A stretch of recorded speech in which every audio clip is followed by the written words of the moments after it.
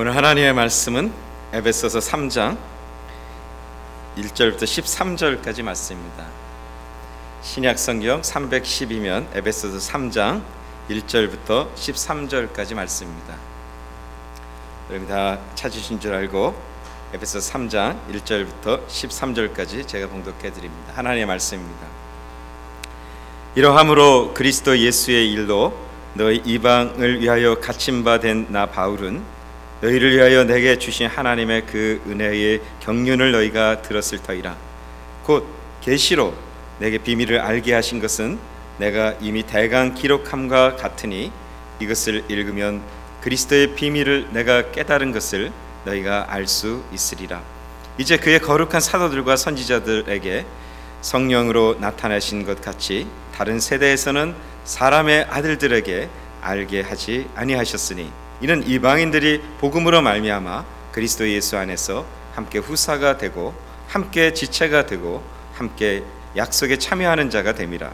이 복음을 위하여 그의 능력이 역사하시는 대로 내게 주시는 하나님의 은혜의 선물을 따라 내가 일꾼이 되었노라.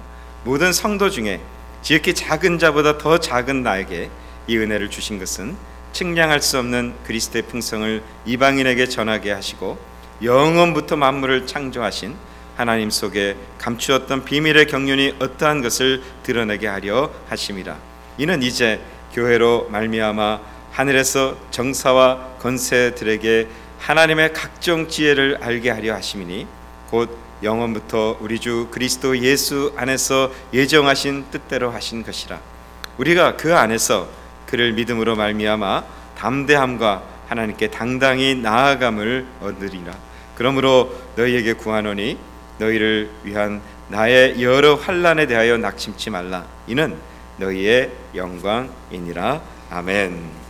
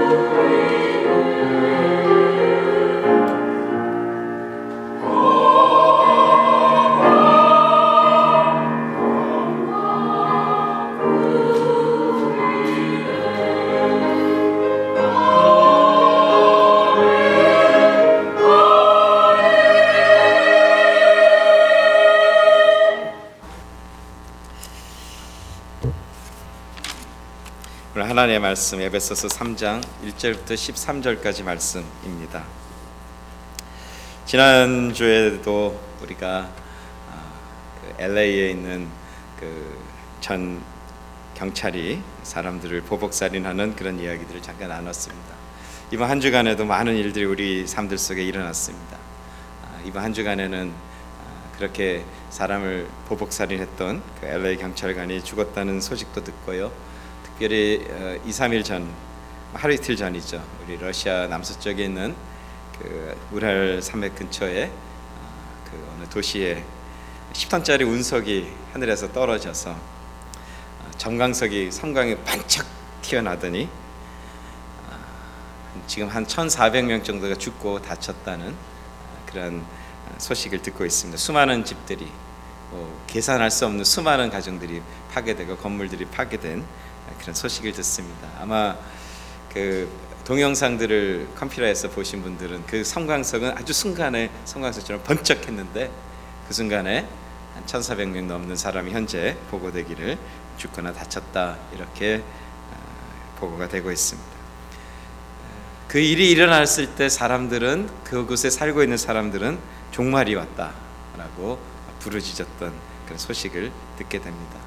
그 순간 번쩍하고 운석이 깨져버리는 폭발하는 그 위력은 어느 정도인가?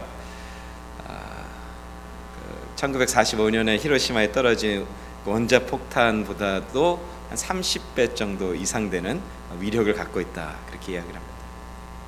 지금 북한에서 핵폭탄 실험을 하느라고 세상이 어순합니다. 그들이 실험을 했던 그 위력은 어느 정도인가? 1945년에 히로시마에 떨어졌던 원자폭탄과 같으냐 그보다 좀 못하냐 뭐 이런 이야기를 하고 있는 것입니다. 근데 어느 며칠 전에 하늘에서 떨어진 그 운석이 번쩍하는 순간 히로시마에 떨어진 원자폭탄보다 30배 이상 되는 그 위력을 가진 그 파괴력을 우리는 순간 보게 되었다는 것입니다. 어느 누가 상상을 했을까요? 그곳에 살고 있는 사람들이 그 번쩍 섬광이 일어나기 몇 시간 전에 자기의 삶의 터전에서 그런 일이 일어날 거라고 생각했을까요? 아무도 없습니다. 한순간에 폭발이 나며 그냥 수많은 사람들이 죽거나 다치거나 집이 무너지는 그런 일들이 일어났습니다. 우리는 이런 이야기들을 생각하면서 요한계시록에 하나님께서 세상을 종말하고 심판하는 그 이야기들을 이게 가능하겠구나 하는, 이 요한계시록에 나오는 것이 무슨 어떤 그 판타스틱한 어떤 그런 이야기들이 아니라 실제로 이렇게 한순간에 일어날 수 있다 하는 것을 우리는 경험할 수 있다는 것입니다. 우리 상상을 뛰어넘는 그 일, 계시록에 이야기한 그런 내용들은 반드시 실체처럼 우리에게 나타날 수 있게 되는 것입니다. 오늘 종말을 향해 가고 있는 이 세상을 하나님께서 불쌍히 여겨주셔서 2000년 전에 당신이 하나님이신 당신이 이 땅에 오셔서 그 십자가를 짊어지시고 죽으셨습니다. 그리고 이 땅에 그 피로 교회를 세우신 것입니다. 이 땅에 그 교회를 세우셔서 그 영광의 복음과 하나님의 그 위대하신 은혜와 그리고 구원받을 백성들을 모으시는 이 마지막 때를 감당할 수 있도록 교회를 세워주셨습니다. 오늘 2013년 저와 여러분들이 바로 그 영광의 주님의 핏값으로 산 그 교회에 오늘 주의 영광을 위하여 부름받았다는 이 사실을 우리가 좀 기억할 수 있기를 바라는 것입니다. 특별히 이 마지막 종말의 시대에 이 영광의 부름 앞에 있는 저와 여러분들에게 이제 이 에베소서의 말씀을 통해 주님은 계속해서 우리를 도전하시고 우리를 인도해 가고 계십니다. 바라기는 성령의 크신 은혜가 우리 가운데 임해서 우리 각 사람의 마음들이 열리고 깨어지고 그리고 은혜로 채워져서요, 주님의 몸된 교회를 영의 눈으로 바라보고 영의 눈으로 세상을 바라보는 저와 여러분들이 될 수 있기를 소망해 보는 것입니다. 지난해 12월 중반 이후부터 우리가 에베소서를 보고 있습니다. 그러니까 지금으로 보면 2달 정도가 시간이 지났습니다. 2달 동안 우리는 에베소서 1장과 2장의 말씀을 묵상했습니다. 이 말씀을 통해서 하나님께서 우리를 왜 선택했고 그 선택은 무엇이고 우리를 구원하심은 무엇이고 그의 부르심은 무엇인가에 대해서 우리가 생각해 보았습니다. 특별히 그 에베소서 1장과 2절에 우리의 부르심, 하나님의 선택하심, 하나님의 영광의 부르심에 대해서, 구원에 대해서 이야기하시며, 하나님은 이 에베소서를 통해 우리에게 또 말씀하시길 원하시는 것이 뭐냐 하면은 교회에 대한 것이라 하는 것입니다. 교회는 진실되고 하나님의 은혜 안에 아름다운 교회로 세워져야 된다 하는 것을 말씀합니다. 특별히 지난 2달 동안 저 여러분들에게 말씀하셨던 교회가 가져야만 되는, 하나님이 이 땅의 마지막 때를 감당하는 교회로서 어떤 모습을 가져야 되는지 4가지를 1장과 2장을 통해서 우리에게 2달 동안 말씀하셨어요. 오늘 그것을 조금 다시 리뷰했으면 좋겠습니다. 4가지 진실한 교회, 이 마지막 때를 감당하는 그리스도의 다시 오심을 준비하는 그 교회가 되기 위해서 주님이 원하시는 그 교회의 특징은 4가지가 있다는 거예요. 첫 번째를 우리가 좀 보려고 하면은요, 에베소서 1장 23절의 말씀을 여러분 보시기 바랍니다. 교회는 이래야 된다. 교회에 모인 성도들은 이래야 된다. 교회는 그의 몸이니 만물 안에서 만물을 충만케 하는 자의 충만이라. 다시 말하면 하나님이 원하시는 교회, 하나님이 아름답다고 이야기하는 교회의 특징은 무엇인가? 하나님이 아름답다고 이야기하는 성도들의 특징은 무엇인가? 그리스도로 충만해져야 된다. 이것이 에베소서에서 이야기하는 하나님의 말씀인 것입니다. 그리스도로 충만한 교회, 그리스도로 충만한 인생이 되어야 된다. 이것이 하나님께서 원하시는 믿음의 공동체요, 우리 섬기는 장로교회의 모습일 거라는 것입니다. 두 번째로, 하나님께서 이 땅에 진정으로 주님이 원하시는 진정한 교회, 아름다운 교회가 되기 위해 두 번째로 필요한 것이 있는데, 그것을 에베소서 2장 7절에 우리는 이미 보았습니다. 이는 그리스도 예수 안에서 우리에게 자비하심으로써 그 은혜의 지극히 풍성함을 오는 여러 세대에 나타내려 하심이라. 하나님이 원하시는 아름다운 교회, 하나님이 원하시는 온전한 진리의 교회는 어떤 것인가? 그 풍성한 예수의 충만함을 가지고 세대의 세대를, 제너레이션 투 제너레이션으로 그 은혜를 증거할 수 있는 그 교회, 그 가정, 그 인생, 그것을 하나님은 아름답고 진정한 교회라고 말씀하고 있는 것입니다. 은혜가 강물처럼 넘쳐나야 된다는 것입니다. 그것이 에베소서 1장과 2장을 통해 주님이 이야기하시는 거예요. 세 번째로, 하나님의 아름다운 교회, 진정한 교회가 되기 위해서 세 번째로 우리에게 필요한 게 무엇인가? 에베소서 2장 14절에 말씀하십니다. 어떤 건가요? 화평해야 된다. 벽이 무너져야 된다. 아무리 성령의 충만함을 가지고, 하나님의 예수의 충만함을 가지고 세대 투 세대 투, 그래서 다시 말하면 어린아이들에게, 자녀들에게 복음을 가르친다고 아무리 이야기해도 교회 속에 갈라짐이 있으면 이것은 하나님이 원하는 교회가 아니다. 하나님의 백성들을, 하나님의 자녀들을 온전히 키우려는 가정에서 부부가 연합되지 못하고 자녀와 연합되지 못하는 그곳에서는 하나님이 원하는 모습이 나타날 수 없다 하는 것입니다. 오늘 이 에베소서 2장 7절에 그래서 충만한 은혜를 받고 세대 투 세대 투, 제너레이션 투 제너레이션, 세대를 거쳐서 그 믿음이 충만하게 증거되고, 그리고 그 안에 화평할 수 있어야 된다고 성경은 말하고 있는 것입니다. 네 번째로, 교회의 바른 아름다운 진정한 진리의 아름다운 교회가 되기 위해서 또 하나 필요한 게 있는데 뭐냐? 2장 21절의 말씀입니다. 교회 안에서 건물마다 서로 연결하여 주 안에서 성전이 되어간다, 이렇게 말합니다. 주 안에서 연결된다, 그리고 성전이 되어간다라는 이 단어 속에 우리가 헬라어 성경을 보게 되면 그 안에 감춰진 의미가 있어요. 그건 뭐냐면 growing up, 자라난다, 이런 것이 있습니다. 다시 말하면 교회의, 하나님이 원하는 진정한 교회의 특징은 뭐냐? 성장이 있어야 된다. 맨날 20년 전, 10년 전, 5년 전 은혜 받았을 때 아무리 이야기해도 필요 없습니다. 그때가 아니라 지금 그리스도의 아름다운 진정한 주님의 다시 오심을 준비하는 교회는, 준비하는 성도는 신앙적으로, 믿음으로 성장이 있어야만 한다는 것입니다. 오늘 우리 교회는 2013년이 20살이 되는 해입니다. 여러분, 여러분의 신앙은 어떻습니까? 여러분의 신앙은 몇 년 전에 은혜 받은 거 아직도 그거 이야기하고 계십니까? 몇 년 전에 내가 못했다, 그거 이야기하고 있으십니까? 내가 몇 년 전에 임직했다, 이런 이야기하고 있습니까? 오늘 저와 여러분들의 신앙은 온전한 하나님께서 원하신 진정한 교회의 모습, 진정한 성도의 모습이 되기 위해서는 반드시 있어야 되는 게 있는데, 그리스도 안에서 충만한 은혜를 받고 신앙의 성장이 있어야 되고, 영향력의 성장이 있어야 된다, 그리고 사역의 성장이 있어야 된다고 오늘 성경은 말하는 것입니다. 오늘 바라기는 섬기는 장로교회가 이런 진실한 교회의 본질이 회복되는 그런 역사가 우리 가운데 있기를 바라는 것입니다. 네 가지예요. 어떤 건가요? 예수로 충만해야 된다. 그리고 세대 간을 이어지는 복음의 전수가 있어야 된다. 세 번째로 벽이 무너지는 화해의 능력이 있어야 된다. 그리고 네 번째로는 성장과 부흥이 반드시 있어야만 된다. 이것이 진정한 교회가 가져야만 되는 모습들이라 하는 것입니다.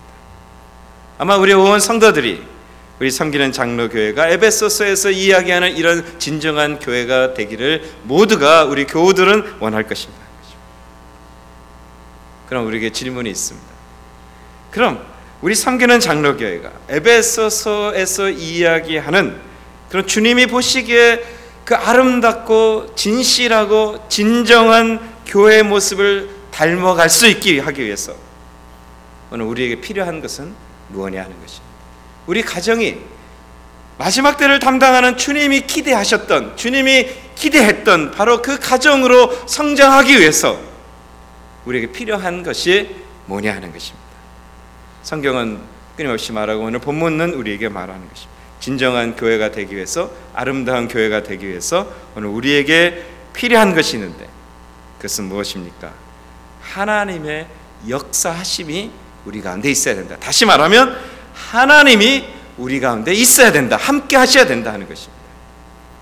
시편 118편의 말씀을 보면은 이런 이야기가 있죠. 13절에 세상의 것들이, 사단의 것들이 우리를 무너뜨리고 넘어뜨리려고 하고 있다. 그것이 세상에 살아가는 우리의 모습입니다. 악한 세상의 것들이 우리를 넘어뜨리고 우리를 무너뜨리고 우리를 죽이려고 하고 있다. 근데 시편 118편 17절에 보면은 이렇게 말합니다. 그럼에도 불구하고 나는 죽지 않고 나는 살아있고 나는 여호와의 행사를 선포할 것이라고 말하고 있습니다. 오늘 세상은 우리를 넘어뜨리고 우리를 죽이려고 하는데 우리는 죽지 않았고 우리는 살아있고 그리고 하나님의 영광을 나타낸다고 오늘 성경은 말하고 있는 거예요. 그 시편의 기자가 무엇 때문에 그렇게 인생의 위대한 고백을 할 수 있었는가 하는 것입니다. 세상이 우리를 무너뜨리고 넘어뜨리려고 할 때 그 다음에 시편 기자는 이렇게 말씀합니다. 하나님께서 나를 도우셨다. 하나님이 함께 하시면, 하나님께서 내 인생 속에 함께 하시면, 하나님의 역사가 내 가운데 있으면, 하나님의 은혜가 우리 교회 안에 있으면, 여러분의 가정 안에 있으면 나는 죽지 않고 살아서 여호와의 행사를 선포하리라. 아멘. 이것이 바로 오늘 교회가 교회다운 교회, 진정한 교회, 하나님 보시기에 아름다운 교회가 되기 위한 비밀인 것입니다. 하나님께서 함께하는 교회. 어떤 사람이 이런 이야기를 어디서 들은 거예요. 무슨 이야기를 들었냐면은 부자가 되기 위해서는 너희 인생 속에서 가장 어려운 일을 열심히 하면 부자가 된다. 이 얘기를 들은 거예요. 어디서. 그래서 부자가 되고 싶은 것입니다. 부자가 되고 싶어서 우리 삶에서 가장 어려운 일을 열심히 하면 부자가 된다는 이야기 때문에 그게 도대체 뭘까 생각하고 집안을 이렇게 들어봤는데 집안에 큰 돌이 하나 있는 거예요. 그래서 저 돌을 구멍을 파서 옮겨 놓으면 이게 가장 내가 지금 집에서 가장 어려운 일인데 이걸 하면 부자가 되겠구나. 그래서 이제 열심히 삽으로 그 땅을 파고 돌을 옮기려고 하고 있습니다. 여러분, 이 사람이 부자가 됐을까요? 안 됩니다. 안 되죠. 이 사람이 얻은 건 뭘까요? 열심히 제일 자기가 생각하던 어려운 일이라고 생각하고 그 열심히 땅을 팠는데 부자는 안 되고 허리 아픈 요통만 생긴 것입니다. 왜요? 그는 자기의 가치관으로 자기 판단으로 그것이 맞다고 생각했는데 엉뚱한 짓을 해버린 것입니다. 교회의 부흥, 교회의 영적 성장, 가정의 영적 성장, 우리가 하나님 안에서 온전하게 성장하는 것, 거기에서 가장 필요한 게 있는데 이거 빼놓고 다른 짓 엉뚱한 거 해봤자 아무것도 아니라는 거예요. 그 필요한 게 뭐냐? 하나님께서 함께 하셔야 되는 것입니다. 우리 가정과 우리 교회에 하나님께서 함께 해주셔야지만 교회에 부흥이 있고 교회에 성장이 있고 가정에 온전함이 생기고 가정이 온전하게 될 수 있다는 것입니다. 근데 이런 말을 하면은요, 꼭 이렇게 얘기하는 사람, 예, 맞죠, 그 말이 맞습니다, 아멘, 그 말이 맞습니다, 하나님이 함께 하셔도 다 하니까 나는 할 일이 없네요. 그리고 이제 뒷전으로 가는 많은 사람들을 우리는 보고 있다는 것입니다. 그럼 질문이 생기는 거예요. 예, 하나님이 다 하실 수 있어요. 하나님이 함께 하시면 우리가 성장할 수 있으면, 그러니까 나는 그냥 아무것도 하지 않겠습니다. 여러분, 만약에 이런 모습이라면 이 사람, 이가 속해 있는 가정, 이가 속해 있는 교회가 성장이 있고 부흥이 있고 온전함이 생기겠습니까? 우리는 답을 압니다. 아니라는 거 압니다. 그런데 우리의 신앙의 삶이 그렇게 살고 있다는 것입니다. 우리가 분명하게 답을 알아요. 하나님께서 함께 하시면 능력이 생기고 성장이 생기고 회복이 생기고 온전한 소망이 생깁니다. 알고 있습니다. 그리고 우리가 답을 아는 거예요. 그러고 알고 아무것도 하지 않으면 아무것도 일어나지 않는다는 이 사실을 우린 너무나 잘 알고 있음에도 불구하고 교회에서, 가정에서 우리는 이 잘못된 답을 갖고 사는 사람으로 살고 있다는 것입니다. 오늘 에베소서에서 우리에게 도전하는 거예요. 그리고 섬기는 장로교회가 에베소서에서 소개되고 있는 그런 아름다운 교회가 되기 위해서 하나님의 함께 하심이 필요합니다. 다시 말하면 우리의 신학이죠. 우리 교회가 고백하는 신학, 우리 교단이 고백하는 신학, 하나님의 100% 은혜로 우리가 구원을 받습니다. 그리고 100% 은혜로 구원받은 백성들이 살아갑니다. 그 100% 은혜로 구원받은 백성들이 오늘 살아가야 되는 삶의 표준, 스탠다드는 뭐냐? 100% 내 삶을 헌신하는 것입니다. 이게 우리가 고백하는 개혁주의여 우리 PCA 교단의 신학의 근간이에요. 이것이 프란시스 셰퍼의 신학이거든요. 우리가 교단 신학교인 커버넌트 세미나리에서 그 신학을 기초로 우리를 가르칩니다. 하나님의 100% 은혜로 우리가 구원을 받고 100% 은혜로 살아가는 그 은혜 받은 백성의 삶의 스탠다드는 뭐냐? 100% 내 삶을 주께 드려야 되는 것이라는 것입니다. 오늘 저와 여러분들의 교회가, 저와 여러분들의 삶이 이 100% 은혜, 하나님의 넘치는 충만한 은혜를 가지고 살아가면서요, 오늘 우리가 100% 반응하며 헌신하며 살아가는 우리 섬기는 장로교회, 우리 교우들이 될 수 있기를 바라는 것입니다. 그런데 우리가 이렇게 100% 헌신을 하기 위해서는 우리가 필요한 게 있어요. 이거 오늘 두 가지를 좀 생각하려고, 이 두 가지를 잊어버리면요, 헌신하다가 시험 듭니다. 교회 일 하다가 막 짜증 납니다. 교회 일 하다가 막 사람들이 짜증 나고, 그리고 하나님 섬긴다고 사역하면서 좌절되고 낙심되고, 저 사람이 나를 알아주지 않네. 여러분, 이게 우리 모습 아닐까요? 하는 것입니다. 근데 오늘 하나님께서 에베소서의 말씀을 통해 우리에게 도전하시는 거예요. 너희는 은혜 받은 백성이라. 그리고 너희는 이 마지막 때 예수 그리스도의 오심을 기다리는 진정한 교회가 돼야 되고 성도가 돼야 된다. 하나님께서 너희와 함께 하실 것이라. 오늘 너희가 그 함께 하시는 하나님 은혜 안에서 너희의 삶을 헌신하는데 이것만은 잊지 말라고 오늘 우리에게 도전하시는 거예요. 이거 잊어버리면은요, 교회 섬기고 사역을 하다가 또 하나님의 말씀 안에 살다가 사람 때문에 실족하고 환경 때문에 실족하고 짜증나고 절망내고 이렇게 된다는 거예요. 그게 오늘 우리가 살아가는 신앙의 모습 아닐까요? 오늘 주님이 도전하는 첫 번째, 이것을 기억하라. 그것은 뭐냐면 너희가 헌신하는 목적이 뭔지를 분명히 기억하라는 것입니다. 너희의 헌신의 목적을 분명하게 기억하라고 오늘 성경은 말합니다. 오늘 3장 1절의 말씀을 여러분 보시도록 하겠습니다. 이러므로 그리스도 예수의 일로 너의 이방을 위하여 갇힌 자 된 나 바울은, 그렇게 말합니다. 사도 바울이 지금 감옥에 있습니다. 감옥에 있는 이유가 있다는 것입니다. 에베소 성도들을 위해서 일을 했어요. 그런 열심히 일을 했는데 감옥에 가게 된 거예요. 근데 그가 감옥에 간 일, 에베소 성도들을 위해서 하는 일들이 있었는데 그 일이 뭐냐? 오늘 성경은 3장 1절에 예수의 일이라 이렇게 말합니다. 바울이 감옥에 있습니다. 그리고 바울이 인생의 삶이 어렵습니다. 그럼에도 불구하고 우리가 옥중 서신서를 보면 뭐 에베소서, 빌립보서, 디도서 이런 것들을 보면 그가 막 기뻐하고 충만한 은혜가 넘쳐나고 찬송이 넘쳐나고 하나님 앞에 감사가 넘쳐납니다. 그 이유가 뭐냐? 내가 헌신하고 내가 사역하는 그 모든 목적이 있는데 그 일은 무엇인가? 예수의 일이라는 것입니다. 예수의 일. 그러기에 그가 이 일을 행하며 낙심하지 않고 좌절하지 않고 하나님 안에서 그 일을 행할 수 있다는 거예요. 오늘 이 본문의 말씀에 보면은 1절에 이러므로 그리스도 예수의 일로 너희 이방을 위하여 갇힌 자든 나 바울은, 여기 이 주어가 나오잖아요. 바울이란 주제. 이 주어가 나온 다음에 나 바울은, 그리고 이제 동사가 나와야 되는데 그 동사는 2절에 나오는 게 아니고요 15절에 나와요.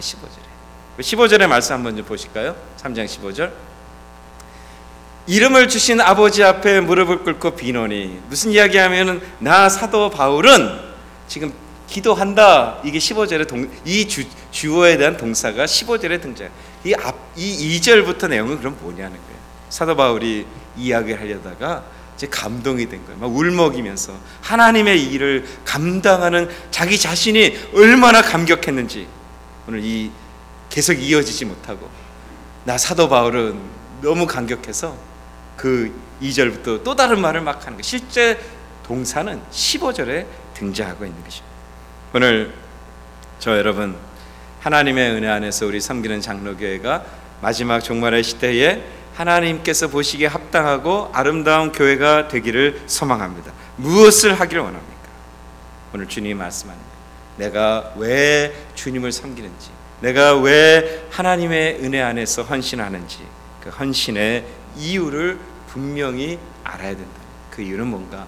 예수님의 일이기 때문이라는 거죠. 그래서 사도 바울은 감옥에 갇혀도 헌신을 계속하는 거예요. 감옥에 갇혀도 에베소 성도들을 위해서 계속 일을 합니다. 계속 사역을 합니다. 편지를 씁니다. 그들을 위해 기도합니다. 왜요? 이 일이 예수의 일이라는 그 사실을 그는 알기 때문인 것입니다. 오늘 2013년도 저와 여러분들의 교회와 저와 여러분들의 가정에 왜 우리가 살고 있는지, 왜 우리가 예수님 앞에 있는지, 왜 우리가 이곳에서 하나님의 교회를 섬기고 있는지, 왜 우리가 하나님의 교회 안에서 사역 앞에 헌신하는지 그 이유를 알아야 되는 것입니다. 그것은 뭐냐? 예수님의 일이기 때문이라는 것입니다. 또 하나, 두 번째로 이 일을 기억하고 또 두 번째로 우리가 또 기억해야 될 것이 있는데 뭐냐면 이 예수의 일을 감당하는 그 일 앞에 나에게 임하는 그 힘은 어디서 오느냐 하는 것을 분명히 알아야 되는 것입니다.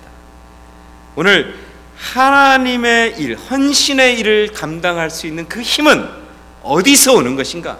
나의 건강인가? 나의 학력인가? 나의 사회적 위치인가? 나의 조건인가? 아니라는 것입니다. 오늘 성경은 우리에게 말하는 거예요. 그 하나님을 섬기는 그 헌신의 힘, 사도 바울이 낙심하지 않고 좌절하지 않고 그렇게 꾸준히 변하지 않는 충성으로 할 수 있었던 그 힘은 어디에서 오는가? 오늘 성경은 이야기하는 바로 하나님께로서 오고 있다는 이 사실을 기억하라는 것입니다. 1절에 보면은 자신이 예수님 일을 하다가 감옥에 갇혔다고 말합니다. 오늘 7절의 말씀 한번 보시죠. 7절에 사도 바울은 이렇게 말합니다.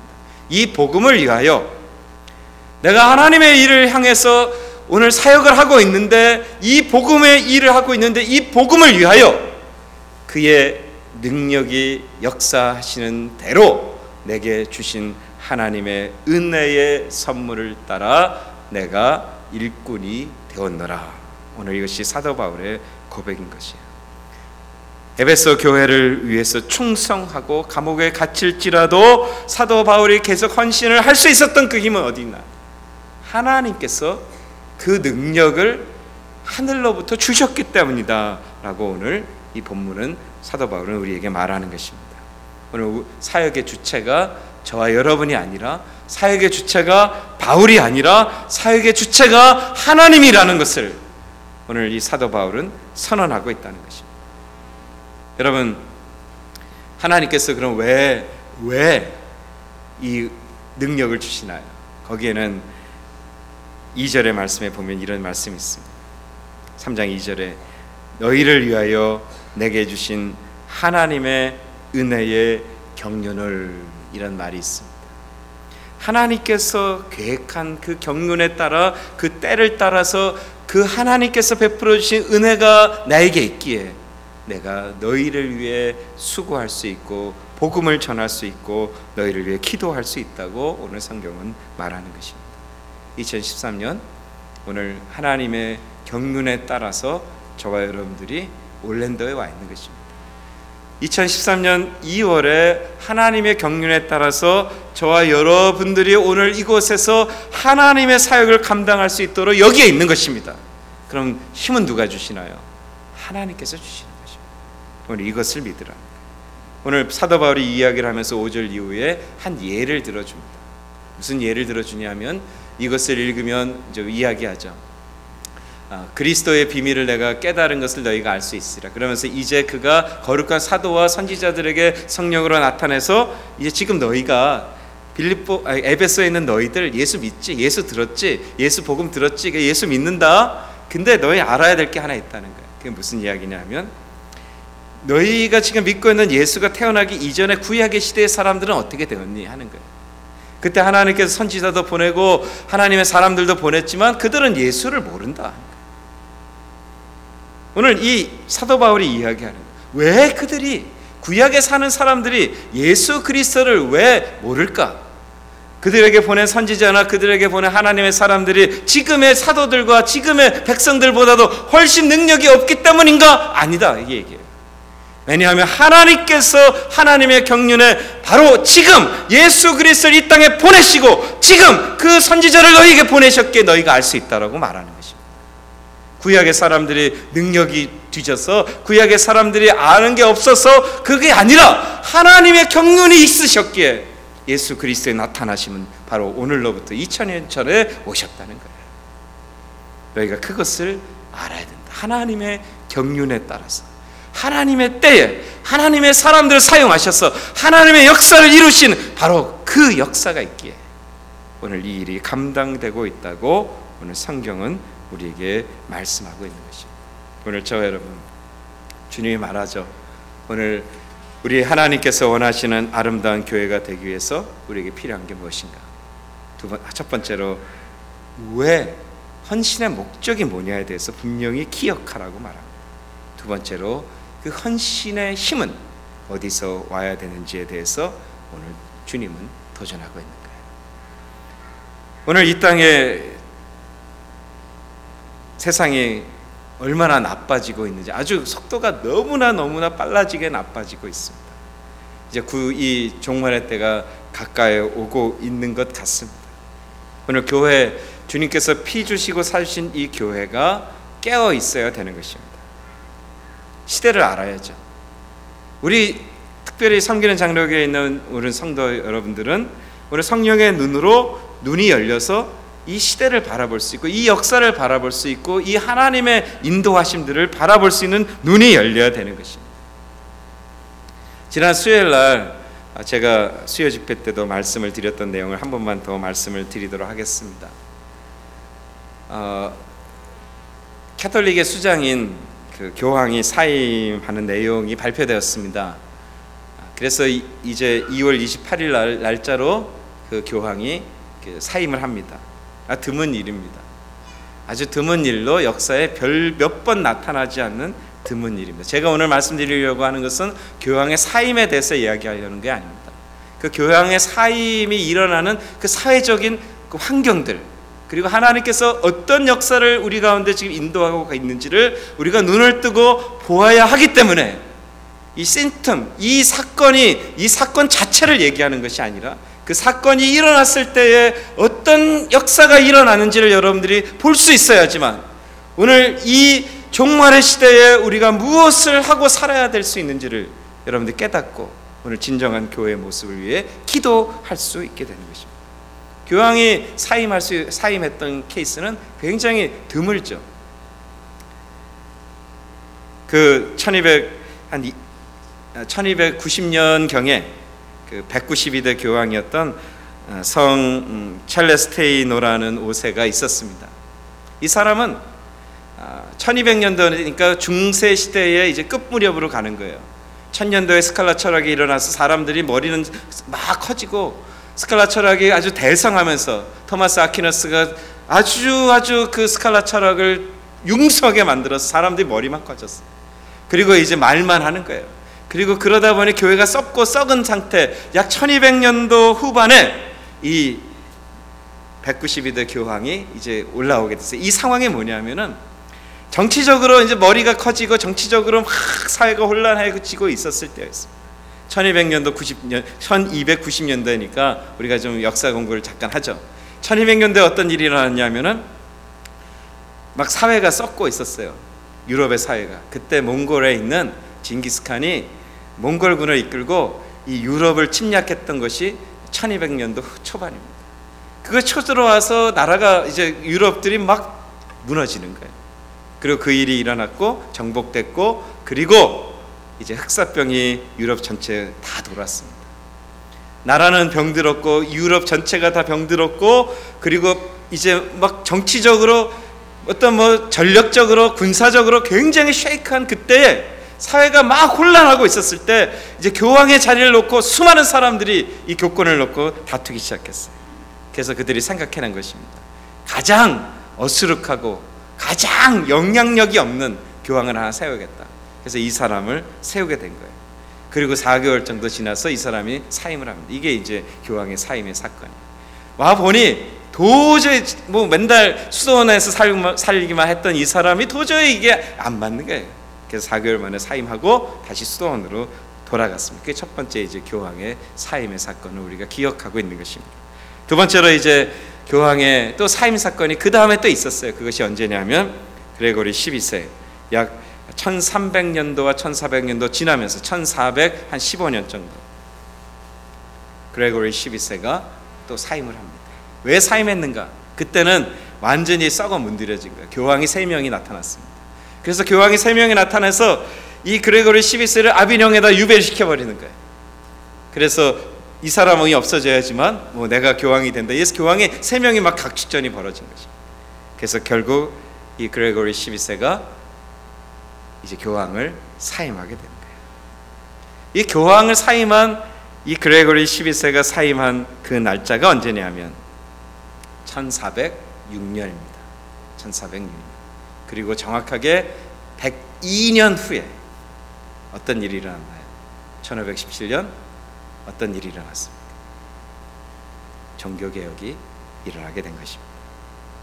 오늘 저와 여러분들이 오늘 시대를 봐야 돼. 암흑시대에 교황이 사임했다. 이 자체가 중요한 게 아니라 그 시대의 상황을 봐야 되는 거예요. 그 시대의 상황. 썩어 문드러진 세상. 오늘 교황이 사임합니다. 우리가 바라보는 이 세대를 한번 보십시오. 썩어 문드러져 있습니다. 얼마나 썩어서 문드러져 있는 세상이에요. 말만 하는 세상이죠. 머리만 살아있는 세상. 썩을 대로 썩어 있는 이 세상. 근데 여러분 기억하셔야 되는 게 있어요. 암흑기의 마지막 시대에 그렇게 교황이 두 사람이 사임하고 사회가 썩어지고 정치적으로 경제적으로 문화적으로 막 썩어지고 있을 때 하나님께서는 소수의 사람들을 지키셨어요. 그들이 누구냐면 복음을 지킨 사람, 하나님의 진리를 지킨 사람입니다. 이 오늘 에베소서의 말씀을 붙들고 이 성경의 66권의 말씀을 붙들고 그들의 인생을 드렸던 사람들이 있었어요. 그리고 그들을 통해서 진리가 지켜지게 하시고 그리고 종교개혁이 단행된 것입니다. 오늘 이 세상 심틈이죠. 정광석같이 운석이 뻥 터지고 그리고 그거보다 더 큰 그 플로리다의 어느 미식축구 크기만한 그 혜성이 오다가 가장 이 지구에 가까이 와서 지나간 그 이틀 전 일이죠. 그게. 그런 일들. 뭐 나라의 전체, 세상의 전체 경제는 무너지고 세상의 도덕은 무너지고 뭐 동성연애자 뭐 수도 없는 무너진 이 세상에 하나님은 주님의 다시 오심을 위해서 진리를 붙드는 그 교회, 그 사람, 진정으로 아름다운 교회, 그 사람들을 지키고 있다 하는 것입니다. 나는 우리 섬기는 장로교회가 바로 주께서 하나님의 다시 오심, 주님의 다시 오심을 준비하는 그 아름다운 교회, 그 진정한 교회가 되실 수 있기를 소망해 보는 것입니다. 오늘 교회의 특징은 무엇인가요? 예수로 충만하는 것입니다. 그리고 세대를 따라 주님의 복음을 전하는 것입니다. 그리고 화평하는 것입니다. 그리고 성장하는 것입니다. 부흥하는 것입니다. 근데 이것을 위해서 우리가 반드시 알아야 되는 것이 있는데, 그것은 왜 내가 헌신하냐? 예수를 위해서. 그리고 그 힘은 예수 그리스도 안에 주께서 우리에게 베풀어 주시는 것이라고 오늘 성경은 오늘 우리에게 말씀하며 하나님 우리에게 도전하시는 거예요. 내가 너의 교회를, 너의 인생을 진리를 지키는 바로 그 자리로 쓰기를 원하고 있다는 것입니다. 오늘 이제 마지막 구절 한번 그 파워포인트 좀 올려주시겠어요? 12절의 말씀, 3장 12절의 말씀. 이 말씀 한 구절만 보고 마치려고 합니다. 12절의 말씀. 우리가 그 안에서 그를 믿음으로 말미암아 담대함과 하나님께 당당히 나아감을 얻으니라. 어디서 많이 들어보신 말씀 아닌가요? 2013년도 우리 교회 선구입니다. 우리 교회의 2013년도 성경 구절이에요. 왜 하나님께서 이 말씀을 주셨는가? 그리스도가 원하시는 그 그리스도의 교회, 그리스도의 백성이 되기 위해서 비밀이 여기인 것입니다. 뭔가 그리스도 안에 계셔야 되는 거예요. 그리고 그를 믿는 믿음으로 말미암아 살아야 된다. 여러분 여기에 옆에 있죠. 그리스도 안에, 그 안에, 요 옆에 그를 믿음으로 말미암아, 여기 두 개의 슬로건이 적혀 있습니다. 오늘 그리스도 안에서, 그리스도를 믿는 믿음 안에서 오늘 하나님이 이 마지막 때에 찾고 계신 바로 그 교회, 바로 그 사람 되셨어요. 하나님 앞에 귀하게 쓰임받는 저와 여러분들이 되실 수 있기를 주님의 이름으로 축원드립니다. 기도하시겠습니다.